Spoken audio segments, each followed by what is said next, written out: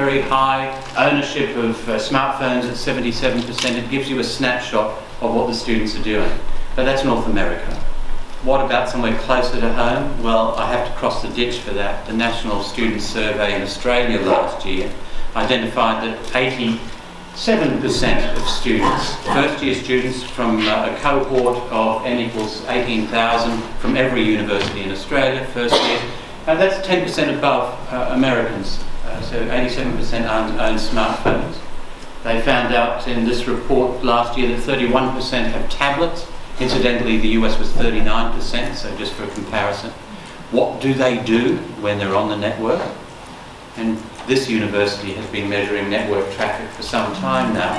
Last year, they measured both wired and wireless traffic. The Network Engineering Group, you'll see that it's all about web access, or also in blue, access to digital assets, be it iTunes U, be it YouTube. The students are grabbing this material, hopefully with some understanding of copyright law, and that of course is an issue. Students claim to be quite comfortable with this sort of technology with teaching and learning. I'm going to look at students from Ohio State, and I'm choosing them because Ohio State have gone for the Digital First program, where they're digitizing just about everything. All the content will be available, mobile devices being used. Let's hear from some of the students. It's actually really easy to do homework. Like, I have my laptop with me almost always, so I can just sit down anywhere and work on it. I have an app on my iPhone as well, which I check my classes with, check my grades, class schedules, and find out where the classrooms are at the beginning of the semester. It kind of brings together the whole campus, other than just social networking. We find out the student events are available from the union and what's going to happen on the board. I can use Photoshop, I can use Illustrator, I can use all these other programs because of all the different free resources that are available here at the university. I can bring these things that I've learned at OSU into my next career field. One of my professors, he uses his class time specifically for you to ask questions and get some feedback responses from the students. It's very interactive and students love it. Now, just because the students talk about using this sort of material for social networking, for being engaged with other students, doesn't mean they know how to use the technology in teaching and learning. I mean, Prensky coined the term the digital native, and we've heard the thumb generation and so on. Many would argue that that's not the case. Certainly, Gregor Kennedy and Kerry Lee Krausman, are both at Melbourne University some years ago, argued in a paper that no, they don't get it. And certainly that's an observation from Dave White from Oxford University at the Joint Information Systems Committee meeting in the UK last year. Past decade or so, there's been this expectation that the kids get all this stuff, they're super high tech, they're doing it all the time. But the reality is that a lot of the students don't actually have any particularly sophisticated methods of engaging with technology. So I think it's important with that understanding to actually ask the question, does this stuff actually have any impact on learning?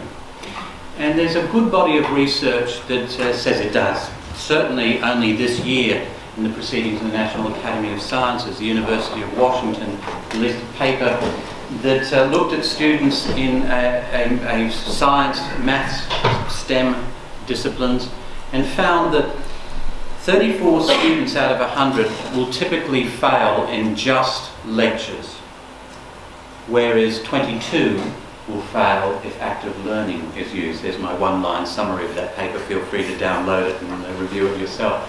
But that, and we can you just repeat that stat?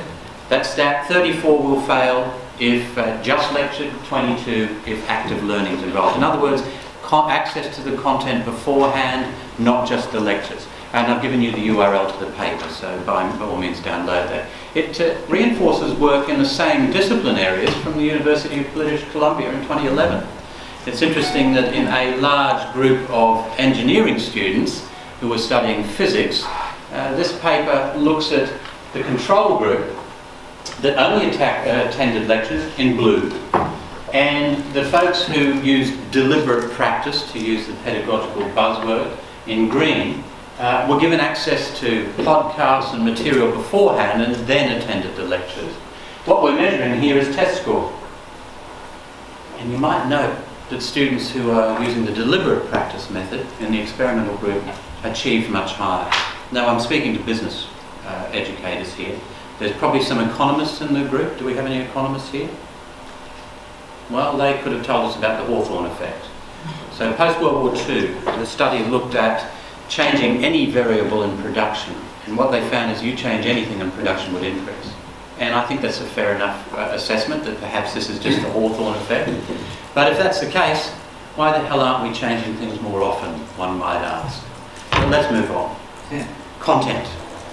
It's all about content, Rutgers told us, but I'd like us to consider, and certainly my colleague Andrew will hit this home by looking at workflows within business schools he works with.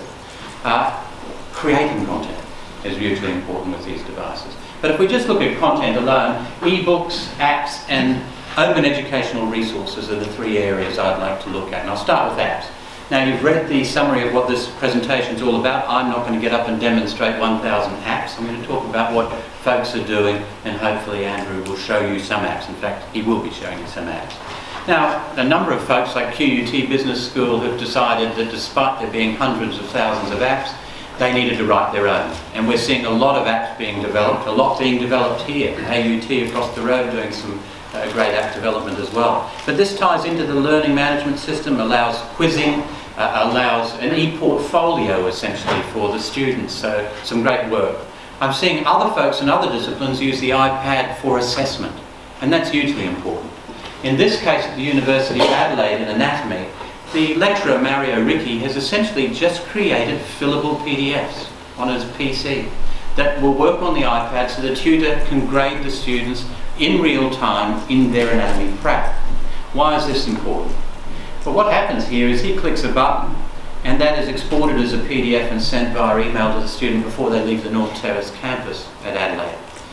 John Hattie's work tells us that the more immediate the feedback, the higher the achievement and motivation of the students. So this is a very powerful tool, and certainly one that across the road at the University of South Australia there in Adelaide, they're using a database development on the iPad. And what they've done is used FileMaker Go, which is a database to tie into the student information system, to basically intervene with students at risk. Now, there's a good body of research on apps being used across various disciplines, and we don't have to go any further than Auckland to find some of that important research. Indeed, Unitec in Auckland, in fact, the chap sitting in the back row, has worked on a paper some years ago looking at various disciplines, be it engineering and science, be it music and business, and looked at the sort of affordances that are bought by using an iPad and some of the capabilities, and map those to apps. So a very interesting paper that's worth following up. There are literally thousands of apps for business, and they range from business analytics through to note-taking. There are squillions there. We'll hear about a couple as we go. There's my big picture overview of apps. I told you it would be big picture and very quick. What about open educational resources, the OER movement? It really maps very tightly to the open research movement, and the Finch report in the UK in May 2012 insisted that any publicly funded research be openly available to all. The Obama administration was also petitioned the same year with the same demands. But if we're talking Apple, I really must mention iTunes U. Now, iTunes U has been around for many years. In fact, it's the world's largest catalogue of open research and learning material. It's covered by Creative Commons licensing, which stems out of the work by Professor Larry Lessig at Stanford Law School. And if you haven't visited Creative Commons or got your students to visit Creative Commons, do so, because with attribution you can use content that's covered by Creative Commons licensing. And all of the material on iTunes U is covered by Creative Commons licensing. Now, the sort of material that's up there ranges from whole lectures, but research out of open universities in the UK tells us that small vignettes seem to do a better trick. And certainly in this example in physics that I've shown many times because I love it, it just introduced the concept. Here we discuss the forces between two surfaces in contact. Closely related to these are the forces required to deform an object.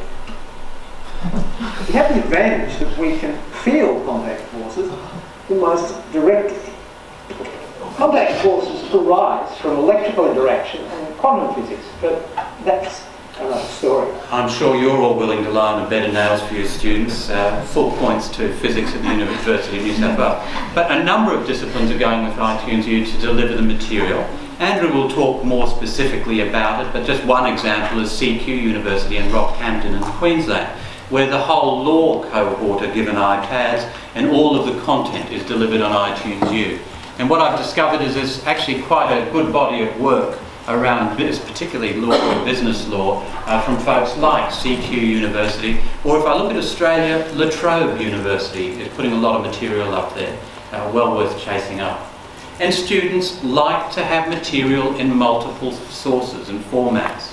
And this is certainly a message that came out of Manchester University recently. The med school there for 3 years have given every student an iPad, and there is some research coming out of Manchester. It's the largest med school in England, so that's significant. What they found is, despite having all the material up on their learning management system, LMS, when they actually study student usage of the mobile devices, they're going to YouTube, they're going to iTunes U, they're going all over the place for the information. So it's quite interesting to keep that in the back of your mind. Certainly, it's something they discovered at Bond University in 2012. In an internal audit, they found that over 90% of the students wanted the material in iTunes U, despite the fact that it's on Blackboard. So multiple access to the material, hugely important. And of course, I can't talk about open educational resources without touching on MOOCs, massively online open courses, because there are a bunch of vice chancellors running around the world signing big checks to either Stanford or MIT and Harvard to become part of the MOOCs family, with the belief that it's great for student numbers. Now, our friends at Ohio State presented a paper I was lucky enough to attend at the EDUCAUSE conference in Anaheim last year, and they've been using both iTunes U there on the left, where they've got over 64 courses, and recently they got into Coursera. More on that later. One of the observations about Coursera, which is a MOOCs platform, is they had a huge influx of students who were interested. In fact, bottom left there, the large orange circle is the number of students who jumped on board, over 47,000 students. That small black dot, it reflects the completion rate. So this